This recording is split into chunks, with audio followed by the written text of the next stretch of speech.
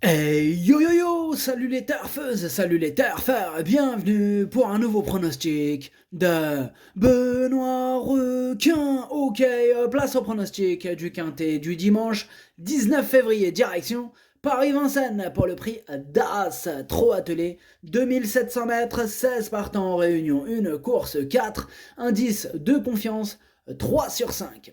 Petit retour sur le quintet du samedi 18 février, il y a eu du trouble fait à l'arrivée. Ok, c'est parti, on commence le pronostic et on commence avec le numéro 1, Atik Di. On écoute l'entraîneur Vitale Ciotola. Atik Di a eu un bon comportement dernièrement. Avec le numéro 9, il a été contraint aux extérieurs, mais je voulais surtout qu'il se montre détendu et il n'a pas tiré. Il a gagné en condition depuis, mais il a encore besoin de cette course pour revenir au mieux. Le but est de le faire finir. Cela dit, il est doué et peut accrocher la 5e place.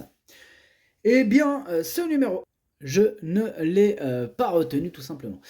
Le 1, ça donne Caqueux. On passe au numéro 2, Fusée des Veaux, et on écoute Jérôme Michel Legros.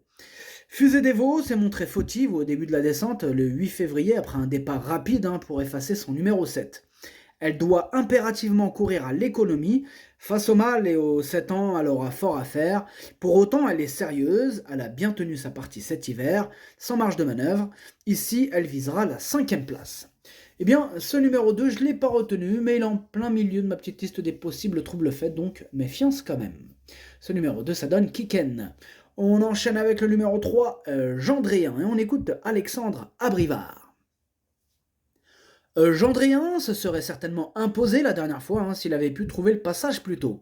Le chrono était très bon, il est irréprochable depuis bientôt un an, il fait partie des moins riches du lot mais l'engagement reste favorable. Face à une telle opposition, il doit encore prendre une part active à l'arrivée. Ce numéro 3, c'est tout simplement mon préféré et je l'ai installé en tête. Ce numéro 3, en japonais, ça donne Okiniri. On passe au numéro 4, Cépage des Ulmes, et on écoute Philippe-Emmanuel Trible. Cépage des Ulmes a très bien couru en dernier lieu. Cette fois-ci, il y a des plus jeunes, mais il est fringant et encore le moral.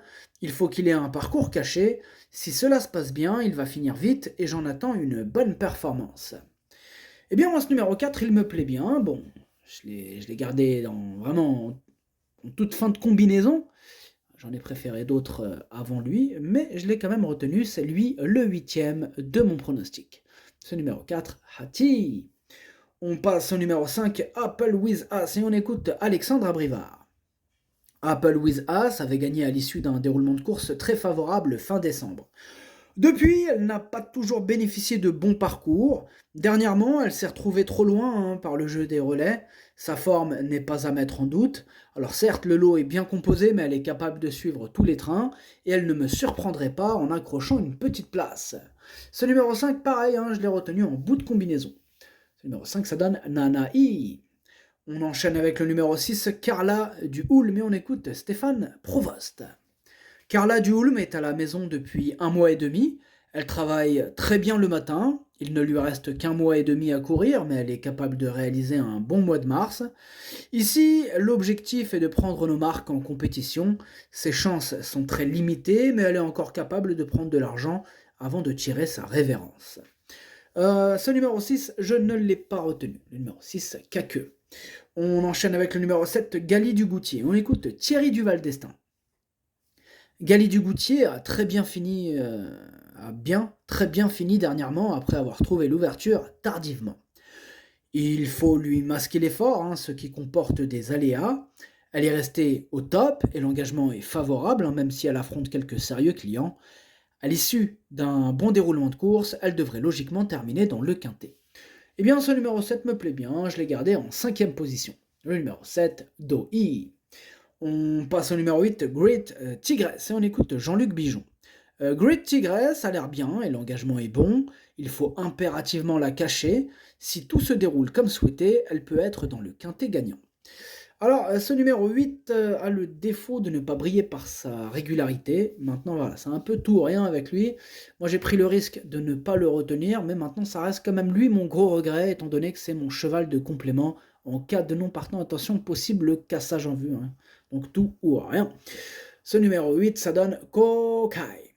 On passe au numéro 9, Elixir de Crène, et on écoute Erno Ziernet. Elixir de Crène s'est retrouvé trop loin pour réussir en dernier lieu, mais cela a eu le mérite d'entretenir sa forme et son moral. Il est beaucoup plus performant l'été, mais l'engagement est bon et il est en belle forme. Il faut absolument avoir un bon parcours. Ce n'est pas une première chance, mais si cela se passe bien, il peut très bien faire partie du quintet gagnant. Eh bien, ce numéro 9, je ne l'ai pas retenu, mais c'est lui le chef, le capitaine de ma petite liste des possibles casseurs de tickets repérés. On va lui accorder une belle note de méfiance. Ce numéro 9, Kiken. On enchaîne avec le numéro 10, City Guide, et on écoute Michel Rothengatter. Alors, City Guide est allé de l'avant le 21 janvier à Volvega sur le mile, mais il n'est pas aussi performant dans cette configuration, même si... Bon, je vais vous le lire comme c'est écrit, même si... c'est... Bref, je vous relis la phrase parce c'est écrit chelou. N'est pas aussi performant dans cette configuration, même si une aussi courte distance. Ok, bref. En courant caché, il a bien terminé début février. Physiquement, il est bien, c'est sa catégorie. Pour la victoire, ce sera difficile. Il lui faut un parcours sur mesure. Il peut accrocher une petite place. Ce numéro 10, je ne l'ai pas retenu, mais il est à l'arrière. Il clôture ma petite liste des possibles troubles faits. Ce numéro 10, Kiken. On passe au numéro 11, Divalo, et on écoute Mathieu Varin. Divalo a fait un petit coup de sang après sa prestation du 18 décembre. Je commence seulement à le retrouver à un bon niveau. Je le trouve de mieux en mieux, on quitte les épreuves à réclamer. L'opposition est plus forte, mais il n'est pas hors d'affaire pour autant. Il est brave, sérieux et suit tous les trains. Je ne le présente pas sans ambition, il va tenter de compléter l'arrivée. Eh bien, ce numéro 11, c'est un regret, c'est mon deuxième cheval de complément en cas de non partant. Attention. Ce numéro 11, Idomeno Kokai. On enchaîne avec le numéro 12, Gold Voice, et on écoute Franck Ouvry. Gold Voice m'a laissé une très bonne impression alors que je la découvrais dernièrement. Elle n'a été devancée que par grâce du Dijon. Elle se plaît particulièrement sur les parcours de tenue de Vincennes. Il faudra encore bénéficier d'un bon déroulement de course, mais elle a les moyens de prendre une part active à l'arrivée. Ce numéro 12 fait partie de mes préférés, je l'ai gardé très haut en 3e position. Ce numéro 12, Daisani. On passe au numéro 13, Forever Speed, et on écoute Julien Raffestin. Forever Speed vient de courir à 2 reprises après avoir été longuement arrêté suite à des problèmes de jambes. Ferré et sans artifice, il n'était pas motivé. Il a du travail derrière lui et sera cette fois déféré des antérieurs et muni d'œillères. Dans cette configuration, il devrait courir en progrès, mais je doute que cela soit suffisant pour terminer dans les 5 premiers. Ce numéro 13, je ne l'ai pas retenu. Ce numéro 13, Caqueux. On enchaîne avec le numéro 14, Floréal, et on écoute Charles Bouvier. Floréal est très bien placé et évoluera pieds nus. Il a couru des 2100 mètres par la force des choses, mais il sera aussi bien sur plus long. Cette course demeure un objectif. L'opposition est de taille et on monte encore d'un cran, mais je vise une place sur le podium. Moi, il me plaît bien, ce numéro 14, je l'ai gardé assez haut, en 4e position. Le numéro 14, Yomi. On passe au numéro 15, Enjoy the Game, et on écoute Eric Hansen Bondo. Enjoy the Game a bien couru en dernier lieu, mais avait un mauvais numéro derrière la voiture et le lot était relevé. Ici, c'est un très bel engagement. Il a l'air en bonne forme au travail et peut aller devant ou derrière. Je pense qu'il peut faire une très bonne performance. J'ai le même avis pour ce numéro 15, je suis d'accord avec Eric Hansen Bondo, il me plaît beaucoup en tout cas, il fait partie de mes préférés, je l'ai gardé en 2e position. Ce numéro 15, Watashi no Nibame no Okiniri. Et on termine avec le numéro 16, Gaspard d'Angy, et on écoute Jean-Michel Baudouin. Gaspard d'Angy découvre un très bel engagement au plafond des gains. Il a déjà réalisé un bon meeting d'hiver. Ici, il est très compétitif, malgré la présence des Européens. Je crains en priorité Gendréen et Enjoy the Game. Louis va le retrouver pour l'occasion. Il faut prendre un peu de précaution en partant, mais ensuite, il est assez sûr. Eh bien, ce numéro 16, moi, je l'ai retenu plutôt en bout de combinaison. Ce numéro 16, ça donne Dokei. Le pronostic, ça donne 3, 15, 12, 14, 7, 16, 5. Merci d'avoir suivi cette vidéo. N'hésitez pas à mettre un pouce bleu si la vidéo vous a plu. Vous aidez ainsi grandement la chaîne. Pour accéder à tous mes tickets pour la course du Quintet, rendez-vous directement en description de la vidéo.